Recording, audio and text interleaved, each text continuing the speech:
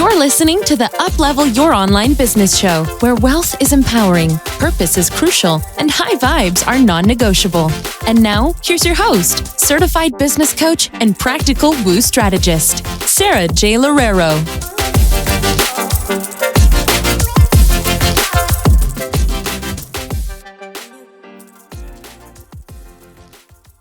All right, everyone, welcome back to another episode of the Uplevel Your Online Business Show. I am very excited to have my friend Bunny Young here. We're going to be talking a lot about boundaries in business and how they relate to your time, your money, and just like even your just emotional wellness overall in your business. And I really just feel like this is going to be such a great episode for anyone who's considering scaling. We'll kind of go into a little bit of Bunny's multiple businesses in a second, but also if you are just really even struggling to get your business off of the ground because you're still working your 9 to 5 while you're doing your business stuff. So welcome, Bunny. We're so excited to have you on here. Do you want to introduce yourself?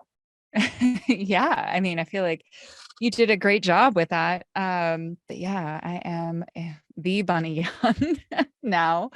And I'm a serial entrepreneur, mom of 2, soon to be 3, Army wife, and 3rd generation entrepreneur. So that's been a really interesting journey to grow up in business and see how others are doing it from, literally the 60s all the way to now how I do it, and just kind of see the evolution of that. So, and I'm a retired therapist. So how I think about everything has to do with human behavior and psychology. So it's made a really incredible journey along the way, but I think I understand a lot of the rationale behind business strategy from a human psychology perspective.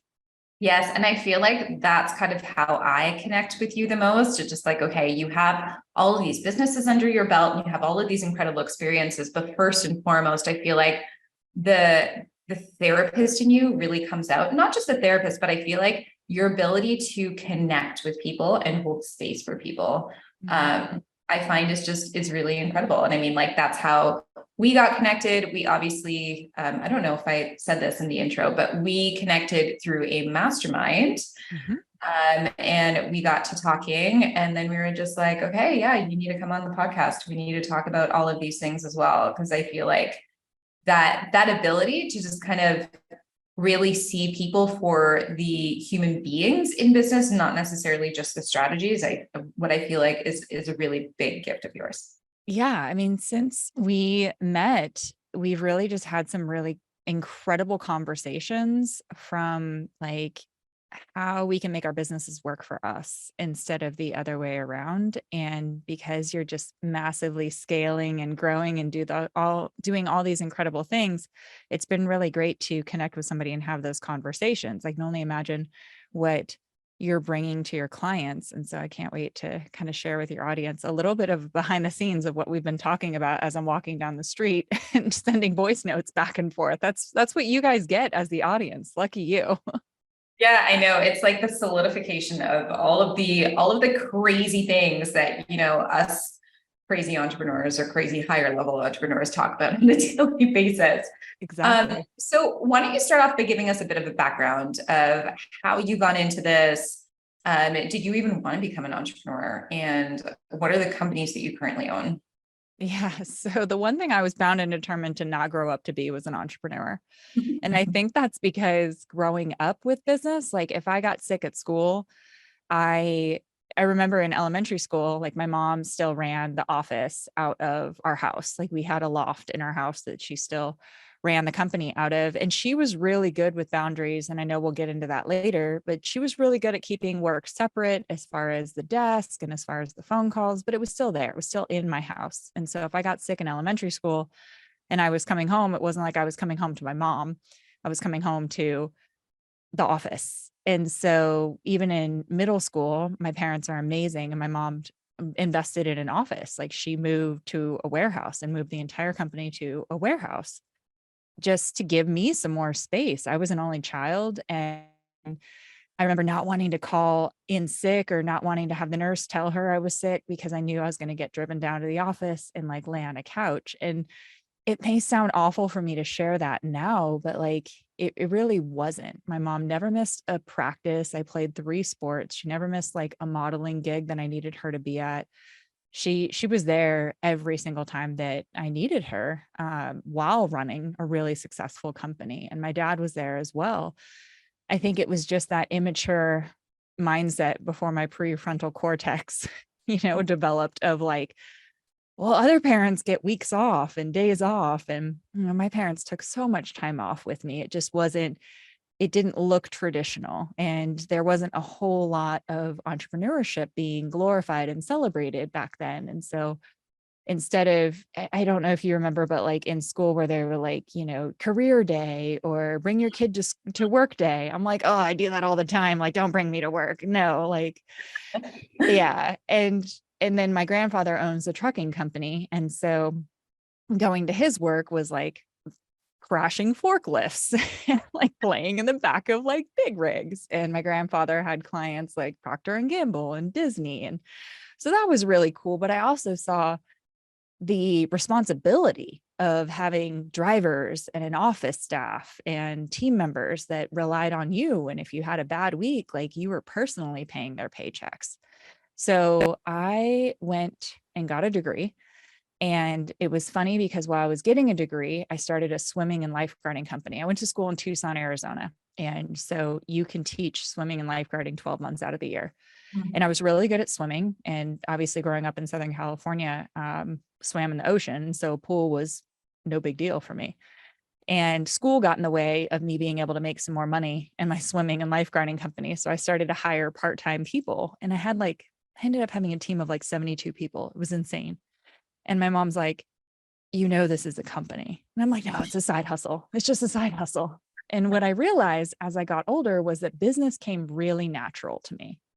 So despite moving to China and becoming a professional stunt woman and getting my master's degree and becoming a therapist, it was always like, I was always optimizing the business behind it, the efficiency, the productivity, the safety standards, the documentation, like just a nerd like that, And so even as being a therapist, when I left Child Protective Services and went into private practice, I had a $300,000 private practice within months because I knew how to market and schedule and customer retention, customer service. Like I had learned all of that. It was second nature to me. And so the people that I went to school with were like, what are you doing? Like, how did you do that so quickly? And I finally realized like not everybody was raised in a business the way that I was. And I didn't notice that I was raised in a business because it was second nature to me.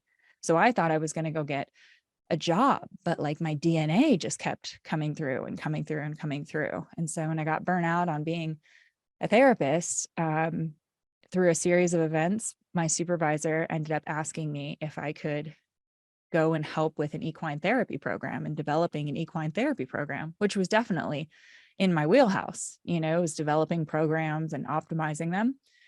And I ended up having a C-suite executive from a Fortune 50 company come through one of the programs, and they asked if they could bring their team. I was like, you want to bring your team to equine therapy? That's kind of weird. But he's like, we want to work on trust and leadership and positive communication, all the things that we are working on in equine therapy. So they brought their team, and then they asked if we could have a consultant come back and work with their team in Chicago. I was like, I'm not a consultant, I'm a therapist. My supervisor's husband was like, can you hold a safe space for transformation? I'm like, yeah, I went to school for that. And that's one of the boundaries I put on myself is like, I couldn't make money or work or have a job of something that I didn't get a degree in. And so in my head, I was like, I'm a therapist, not a consultant. But then when he reframed it, I was like, yeah, I have a degree in that. And so I ended up flying to Chicago, and they had a huge organization. I started working with one division and then multiple divisions. And then I did their keynote for their all team. And then I spoke at the association, and referrals just kept coming in. This is something that you and I have laughed about, the fact that I built most of my companies offline. And now, like a decade plus into business ownership, I'm working on building the online and working on the automations and the strategy, and just how incredibly simplified you can make your online bit or your business by taking it online. But I, of course, did it the hard way. did it offline, had business cards. And so that was what A Better Place Consulting ended up being built off of, was corporate consulting, going into companies and helping them with work-life alignment, helping them with burnout prevention and mental health in the workplace, which once COVID hit, just absolutely exploded. And from there, I founded a service dog nonprofit that educates airlines, restaurant groups, and hotel groups on service animal etiquette. And so for those of you who aren't familiar with me, I have a 165-pound Great Dane service animal that Sarah has met and loves, just like I love her boy. So, her four-legged boy. Her husband's awesome too, but her four-legged boy. And then I have a company that was an online entrepreneur community, mainly for entrepreneurs that work from home, and just, again, more about boundaries and more about community. And then I own a tech company that is called Coaches HQ, that is a directory and content hub for coaches who want to find their ideal clients. And the last company, when we talk about how to maximize kind of your time and energy, the last company is totally hands off for me, but it was a way to make my money work harder than me. And I ended up starting a company that would buy Sophie and Cabbage loans from small business owners who get into these loans that are 28, 29%. And we'd half their interest rate and give them business coaching. And we ended up automating all of that. So we're getting 15% on our money, and they're getting out of debt, which they otherwise, I believe, would not, because 29% loans are predatory. Yeah. So those are the 5 companies. And, I used to own the co-working space that I'm sitting in right now that my office is in. I sold that. So I've sold probably at this point 4 or 5 companies, shut down companies, started new ones, the whole gamut. It's amazing. And you know what? Thank you so much for sharing all of that. Because I remember, I love hearing how people started in their businesses and where they're coming from and kind of where they're going. Because it makes everything feel really inspiring. Like, okay, well, how did this person end up here? And, especially if you're new, and I think a lot of people who listen to this podcast consider themselves a little bit newer. It's just so helpful to be like, okay, yeah, that's where she started. Right. And this is where she's at right now. And one of the primary things that we want to talk about in this episode is obviously having that amount of companies and being a mom, right? And having your service animal, because that's an extra thing on your plate that I don't have to deal with too. Yeah. Right. And being a wife and being like an amazing daughter, all of those things. I'm assuming that everyone is kind of grabbing for your attention on a daily basis. And I think that we can all really relate to that, but on different levels. But I think your level is now probably one of the highest levels of people demanding your attention. So let's kind of dive into the boundaries a bit more. And one of the reasons why we started talking about it, I think if I remember correctly, is because my business is on track to kind of maybe hit 7 figures this year, maybe not, but that's most definitely hitting 7 figures this year. Let's see. We're in May right now, so far so good, but we'll kind of see where we land. But my whole thing was like, Bunny, I'm really struggling with trying to hold up to the expectation that everyone has around me, because I have all of these team members and I have my people who have sales calls. And so they want the amount of sales calls that I'm telling them that they're going to get, right? Then I have my other team members who are looking for me for guidance. Then I'm a mom. So when I come home, it's just like my son is demanding my attention. My husband's demanding my attention. Then my mom calls and she's like, you haven't spoken to me in weeks, or, all of these things that are kind of just all happening at once. And the higher levels that you have and the higher levels that you build yourself towards in terms of your business, the more you have people not just demanding your attention, but ultimately who have specific expectations of you. So I was just like,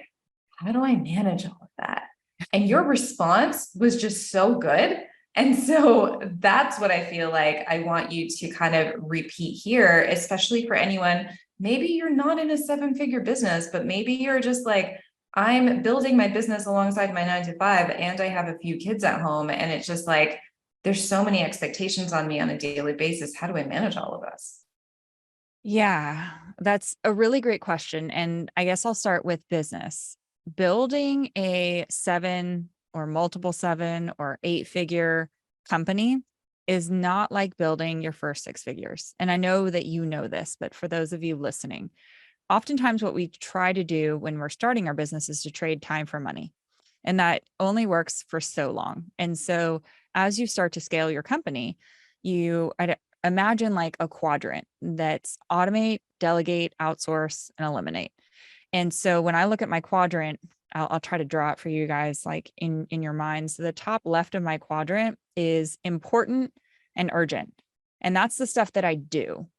And then the stuff that is important and not urgent, I put in the top right quadrant. And that's for me to schedule. So important means like I've actually got to do it, but it's not urgent. So I schedule it. So that's the top right of my quadrant. And then in the bottom left-hand part of the quadrant is not important, but urgent. And that's the stuff that, like Sarah said, her team's doing, right? It's not important enough to be a CEO level, but it's urgent. And so we schedule that, we automate that, we delegate that. And then that bottom right hand is not important and not urgent. That's the stuff that I eliminate. And I go through this in my head probably a dozen times a day because we have a lot that we're carrying on in our minds. And then you'll laugh at me, but I do this with conversations, like you talked about. I was going to let my mom listen to this episode. Now I might not, but like you talked about, your mom calling. You could ask my mom how many times I just don't answer the phone because the bandwidth that I'm answering the phone with is not what she's expecting or desiring. And so it's not even fair for me to answer the phone for her at that moment. And I hear people that answer the phone and they're like, hey, is everything okay? Like, I'm in the middle of a meeting and it's like you're task switching. And so you're costing yourself on the task that you're doing and you're costing yourself on that relationship as well. And so if I don't answer my phone, I love that. You're tasking yourself on that relationship as well. I think that that's so key to understand. 100%, like 100%. And I've had this conversation with my family members because they'll be like, you don't answer your phone. I'm like, well, what did you need me for? Oh, I just wanted to chat. And it's like, yeah, that's good some of the time, but especially like one of the things we left out is that I was in a car accident in 2019 and I have a brain injury. And so like, I can't really waste, not that any of us can waste energy, but I can't really waste that energy of answering. Like, imagine if right now in the middle of the podcast, in the middle of my sentence, I answered the phone. Do you know how much time and energy and effort it would take for me to get back to the thought, not to mention how rude it would be to all of you? And so I lived my life like my phone, Sarah knows this, my phone has been on silent since our Hawaii retreat, which was in December. It was in December. Like my phone has been on silent. I own 5 companies. Nothing has happened. Like no detrimental, catastrophic thing has happened. And I think that we've trained ourselves to not have boundaries around our phone and to let our phone tell us what to do instead of the other way around. And so I do miss a ton of phone calls, but I don't miss them for work because work would email me. And then when you email me, I have an autoresponder that says like, hey, if you want to schedule time with me, here's my link. If you're looking for this resource, here's the link to that. If you're looking for something else, like my assistant will get back to you. And so I use a lot of technology to set boundaries because then I don't have to worry about the emotional currency that I'm spending in trying to set boundaries with people. And so when it relates to business, I know we got a little bit into relationships, but when it relates to business, use that quadrant and, desperately use that quadrant of eliminate. And so like I was saying, when my mom is talking to me on the phone, when I do answer the phone, and she's talking to me about something that she saw on The Housewives or America's Got Talent. Like, it's not important. It's not urgent. And so I typically shut that conversation down because it's not, I have a lot of impact left to make in this world. And I don't spend a whole lot of it on that stuff. And it's not even deepening our relationship. Like I think about if my mom was no longer here, would that be the stuff that I'd want to have conversations with her about? Ooh, that is so good. That Yeah. is so good. And I think that this is like a higher level of leadership for all of us, right? Because I don't know about you, but I think we even had this conversation. I grew up in a household where it was just like women gossip, and that's just what you do. And my sister and I joke around sometimes about like the Sunday afternoon at my grandma's house, because it's literally like my grandma, my mom, my aunt, me and my sister, and we just know that there's going to be like 2 to 3 hours of just gossiping. And we just kind of look at each other, we roll our eyes and we laugh because we're not involved in it, right? But it's just the amount of time that that consumes is just, it's really incredible, right? And if you take a look at that, and if you take a look at that in terms of, your overall productivity, and like you said, your purpose and the impact that you want to create in the world. And I mean, most of the clients that I work with are coaches or change makers, right? And there's so many things that are just kind of commonplace in our general society that are just like, yeah, watch reality TV. I mean, I still do it. My husband's constantly like, what is that giving to you? Mm-hmm. Right? Like, what is it that you're gaining from that experience? I get that sometimes you need to shut your mind off. But then what is the chain reaction of a lot of those things that you choose to spend your time and energy on, that aren't the chain reactions that you want to create? It's kind of like what you said, right? When you're old, what do you want to remember your conversations with your mother about? Because we only have a finite amount of time in every day. And I think that sometimes we can apply these things in some micro levels, but I think that there's still such a long way to go for a lot of women in terms of even like the emotional toll that conversations take, that boundary, like not setting boundaries take, and how that emotional toll is actually also energetic, that then in turn doesn't allow you to have the productivity that you need to create the impact that you want to create. Yeah. And I'm going to go back to one thing about having your mind shut off when you're watching reality TV. And I'm going to come at this from your friendly psychotherapist. Your mind doesn't shut off. Like what happens is, as human beings, you get sucked into that drama. And, studies have shown, like, if you wear an Aura ring or something like that, you do not get as good of sleep. I don't know if that was proper English. Maybe we should switch to Spanish. Maybe it would be better. As if you play a game, like a card game or a board game. Like, human nature is that when we watch like a telenovela or something, we're getting amped up. Our brain is reacting to that. And what's even more interesting to that is our synapses are firing and patterning to those situations, even though they're not real. And so the next time, like, something happens, like, don't be surprised if you throw a table, because you are recreating, like, you're learning, your brain is still learning on how to react to certain situations. And so, like, studies have shown that individuals that watch reality TV have lower set points, and they raise their voice easier, and all of this kind of stuff, because you're setting a new set point. And, the question that I ask myself is, like, when you're working towards a certain goal, so we're working towards selling that tech company for 13 million. It's like, is what I'm taking in right now giving me closer to that goal or further from the goal? And that really helps. Like, I hardly watch TV anymore. And when I do want to give my mind a break, I'll read a book, because TV is straining on your brain, it's straining on your eyes, and it's not really great for your body either, to, like, depending on how we sit in that position.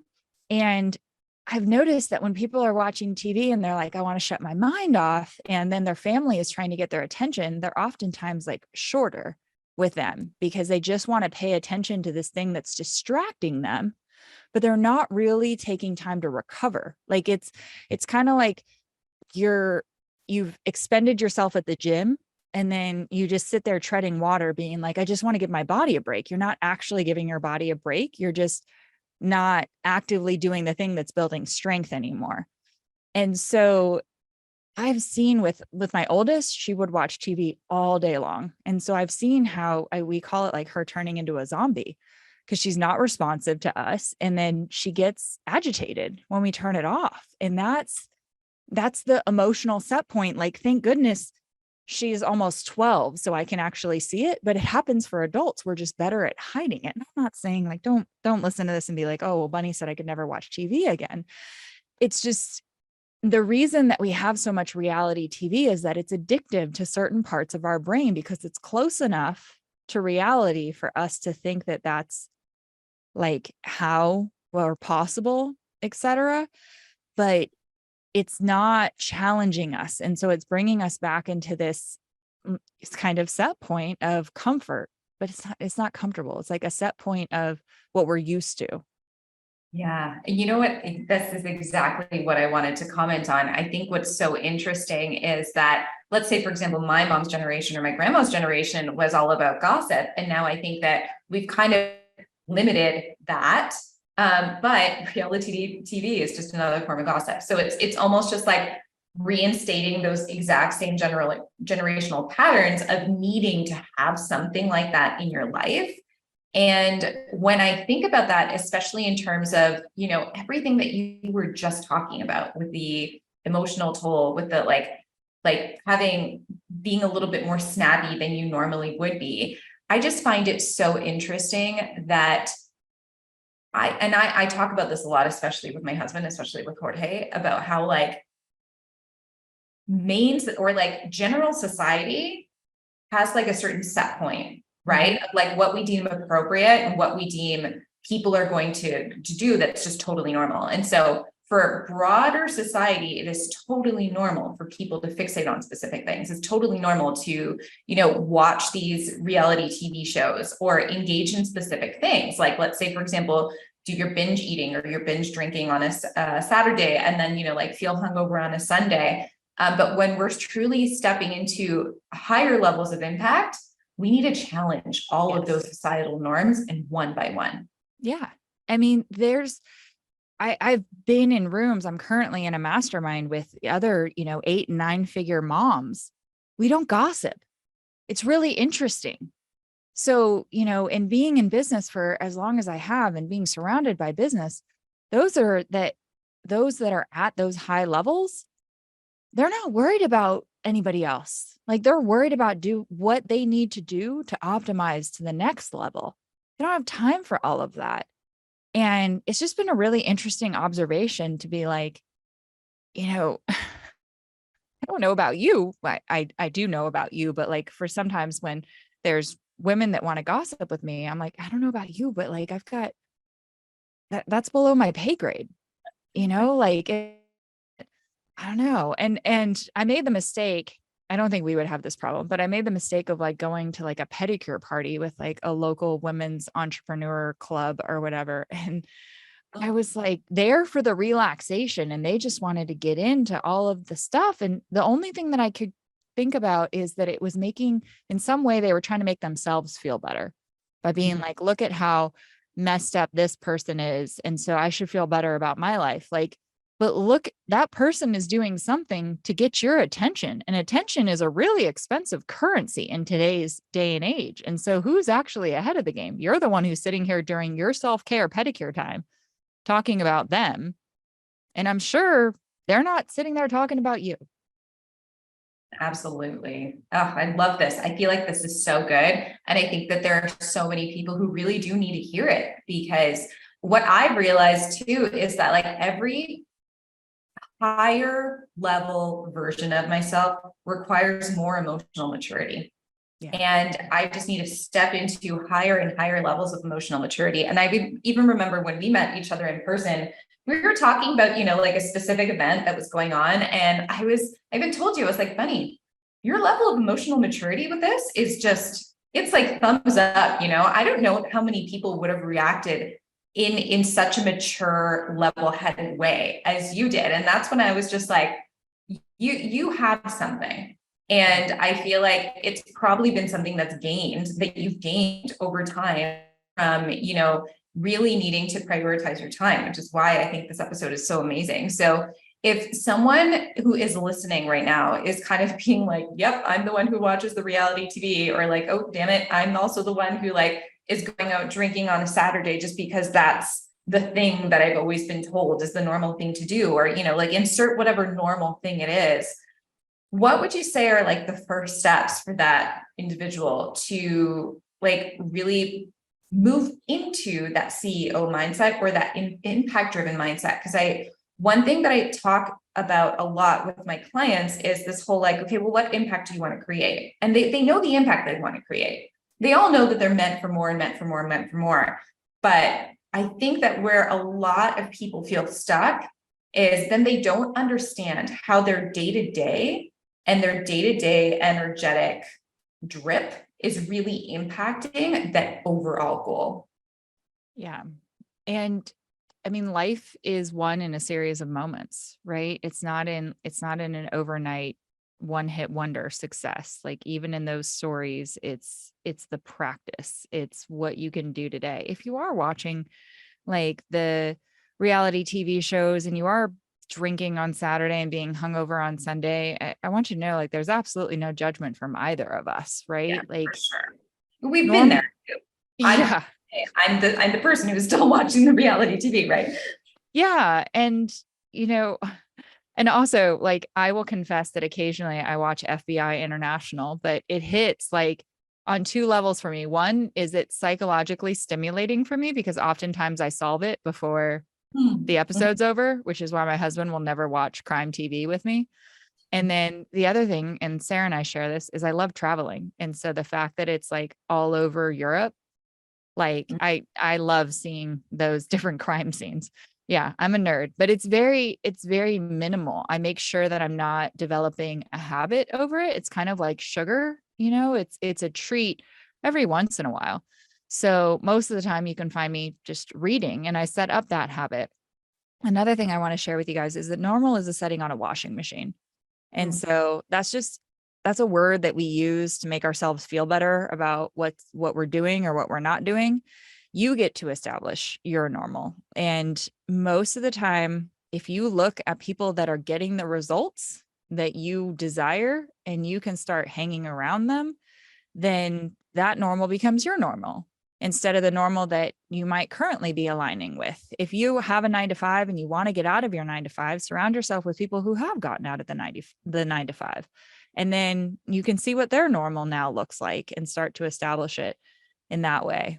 You're doing habits that got you here. Those habits are probably not the ones that are going to get you to the next level. And I'd strongly encourage you to write down that matrix and start using that. And that's where, reality TV is not important and not urgent.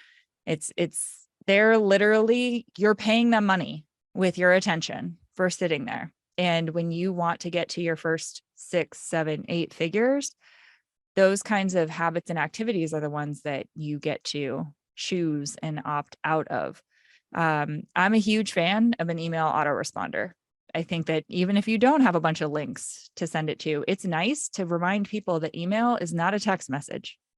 And oftentimes there are much better ways, like even for my team, there are much better ways. Like if you have a question for me, should it go on that project on the Trello board? Like, should it go in the Slack channel? Like email is to deliver me files or something like that. It's not for text messaging. And I would also say a huge game changer is to turn off all the notifications on your phone and delete social media from your phone. And even if you're like a content creator, you want to talk about intentionality. If you're creating content, then put the app back on, upload your content, and then re-delete it or delete it on the weekends. My desire for you is to not just have the goals that you want in life, but to actually enjoy your life on the way. And you can't run. It's impossible. I'm not telling you can't. I'm telling you it's impossible to run your old operating system and your new operating system. If Sarah and I were trying to run our businesses the way that we did, making our first multiple 6 figures and running our businesses in this new Uplevel 8-figure model, it wouldn't work. It would cancel each other out, just like if you're trying to run PC, software on a Mac. And so this is a really direct podcast that you're listening to in the aspect of, you've got some habits and boundaries to make decisions and choices on. but it's like, I just made this decision. We'll share this real quickly. This weekend, I had been told by my coach forever to change my social media handle. It was Bunny has 6 legs because I have a service dog. And my coach was like, it's cute, but it's not clear. And so when people get to your Instagram, it's confusing. And I'm like, yeah, but then they find out I have a service animal and it makes sense. And she's like, but it's not clear. Like you want this life and you have multiple companies. And so it doesn't even make sense to put Bunny Young coach. Like you need it to just be Bunny Young. And Bunny Young wasn't available. But this weekend I was in Malibu and another one of my mentors was like, you need to change your social media handle. And I'm like, dude, why do I have so much resistance over this? And it's like, ultimately, when you look at the life that you want, my social media handle has nothing to do with that. Yeah. And so now my social media handle is the Bunny Young because Bunny Young wasn't available. But it's like, what life are you voting for? With every habit that you do, with every action that you do throughout the day, you're voting for the kind of life that you want. And if you want the cute life, that's cool. But if you want that up-leveled life, like you have to make some different choices. I love it. I love it. And I think one of my last questions with all of this is really tying it into that emotional space, just because I think that that's a conversation that we had. And I know that especially for my clients who are scaling, I'd like one after the other, they have these really personal conversations with me where they're just like, Sarah, I can't go out to dinner with my friends anymore because the level of conversation is just not there. But then it's like, but then who do I spend my time with? And I think that we kind of brushed on this in terms of the whole, like, how do you manage your emotions and your emotion or other people's emotional expectations of you? Because I think that time is one thing, but time is one area. But I think that as human beings, we really yearn for belonging and we yearn for being connected and feeling connected to other humans. And I was talking to a friend about this recently, where I do think that society has a really great, like we mean well when we want to stay connected and when we want that emotional connection to other people. But unfortunately, when you're at these higher levels, that's a demand and that's an energy, right? That is an energy that you are depleting by listening to those demands. So what would you say to someone who is just like, I can't relate to my friends anymore, or my mom's going to feel bad if I don't respond to her like every call? Like, how would you reframe that so that it's both for your highest good and for their highest good? It's been such a gift to my mom, honestly. It really truly has. So the first response to that is, when you're changing your frequency and your vibration, you are going to vibrate people out of your life 100%. It's going to happen. And so you just know that. It's what we talked about with the operating system. Like, you're making it more difficult to hang around small-minded individuals who want to gossip when you're at a new level. Like, it's just the truth. It's nothing personal to them, but it's just the truth. And so you have 3 resources: time, energy, and money in this earth. And like, I have a family friend that has a baby shower and a family friend that has an engagement party this weekend. I'm giving them my money. I'm not giving them my time or my energy. And you may think that that's super harsh, but again, go back to like the kind of person that I am. I'm introverted. I am not very social. And Sarah will tell you, like, I can people for a certain amount of time. And then there's probably a look that comes over my face and like, I'm done. I'm just done. And so, especially with a service animal in a crowd with brain injury, not where I need to be. And so I've given myself that permission. And now you're probably like, well, what are they going to think? Well, that's not my responsibility. I cannot make. And if you are still operating under this assumption, let me give you this permission. You cannot crawl into somebody else's body and make them feel or think any certain way. There is nothing on the face of this planet that you could do or say that would cause somebody to think or feel a certain way. Actually, all we're doing in human interaction is triggering each other back and forth and back and forth. And so if I'm like, I'm going to send you a gift, like, I'm not going to be there for your party, and they're sad. It's like, well, they're sad because of something else. And I just triggered it in that experience. And I'll give you a perfect example. Like Sarah knows that we went through 10 miscarriages. Even though I'm currently 7 weeks pregnant, we went through 10 miscarriages. So the emotional weight of going to a baby shower right now when I'm in my first trimester is too much, not worth it for me. And so if they're like, oh, you couldn't even bring yourself to my baby shower? No, I couldn't. It wasn't what was best for me. And I choose to not feel bad about it because I am my highest priority. And so when I don't answer my mom's phone calls and she's like, you didn't answer me all day. And she's like, that makes me feel, I'm making this up, but she's like, that makes me feel abandoned. It's not me that made her feel abandoned. That already existed in her. If anything, that's a gift. She can go talk to her therapist about it and clear that, because she shouldn't be giving anybody the license to crawl inside her and make her feel like nobody deserves that amount of power. And the truth is nobody has that amount of power. But it's a common statement that we make, especially in Western civilization, of you made me feel. Right. You're giving so much of your power away. And so, if I get off of this podcast and I'm like, wow, like Sarah made me feel so amazing.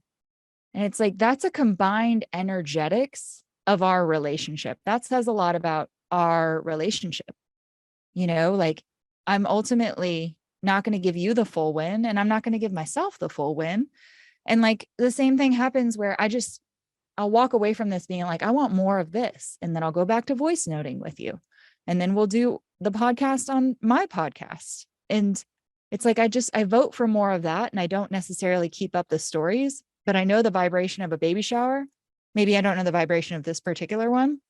And I know the vibration of an engagement party. And it's like, that's not where I'm at. And so I would invite you to reclaim those stories in your head and stop worrying about what other people are thinking, because that's not serving you and getting to your next level. When you make a copious amount of money, it pisses people off, but it doesn't piss people off because you're successful. It pisses people off because you're showing them it's possible and they're not doing it for themselves. So they're really upset at themselves. Now they may throw shade on social media. They may stop talking to you. I have family members that won't talk to me. And that's okay, because guess what? I already told you, when you're vibrating at this frequency, people are going to self-select out of your life, and others you're going to have to prune from your life. And both of those are okay. You're never going to not have somebody in your life that you need in your life for that moment. Now, it may be painful, whether you've lost them unexpectedly or whether they stop talking to you. I'm not telling you it's not going to be painful momentarily, but like I've just been through this. And I know that ultimately 100% of the time, life is happening for me. No matter how much it sucks in that moment. I've been through gigantic breakups with a fiance. I've been through burning businesses down to the ground. I've been through breakups in business partnerships, multiple losses, like we talked about with miscarriages. And hindsight's 2020. I can see all of it now, like how it ended up happening for me, even losing my best friend in a drunk driving accident.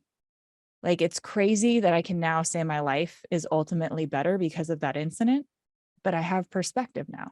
I was taking so much for granted at that time that had I not gone through that at such a young age, I don't think I would have appreciated all the other things in my life. So good. Oh my goodness. So good. I love it. That was the harshness. Well, it's the tough love, right? I think we all need it. Honestly, I think it's just been really incredible to have you here. And I think that, like I said in the beginning of the episode, like you're so good at the strategic pieces, obviously, because there's so many successes there, but also the personal aspect of business as the business therapist, as you call yourself, is just so great. And I think that, a lot of people are going to love this. I know a lot of my podcast listeners message me and they're just like, I loved the episode that you had about, like outgrowing your environment. And so you gave us a little bit more of that tough love there. So thank you so much. Where can everyone find you and what do you currently have going on? Well, we're currently, the big project right now, we're working on the Defy Accelerator. So right now we have our Defy program and we're turning it into a Defy Accelerator. So stay tuned on that. And we discussed where you can find me. Now everybody knows it's at the Bunny Young on Instagram. So anywhere that you want to connect with me, on Instagram at the Bunny Young, and my website is bunnyyoung.com, and I'm sure it'll all be in the show notes, so you don't have to worry about missing it out. Yeah, perfect. All right. Thank you so much for being here, Bunny. Thanks for having me. Thanks for listening to the Uplevel Your Online Business Show. If you enjoy our show and would like the show notes and free goodies about how to grow your online coaching business, head over to sarahjlorero.com for more information. We hope you'll tune in next time.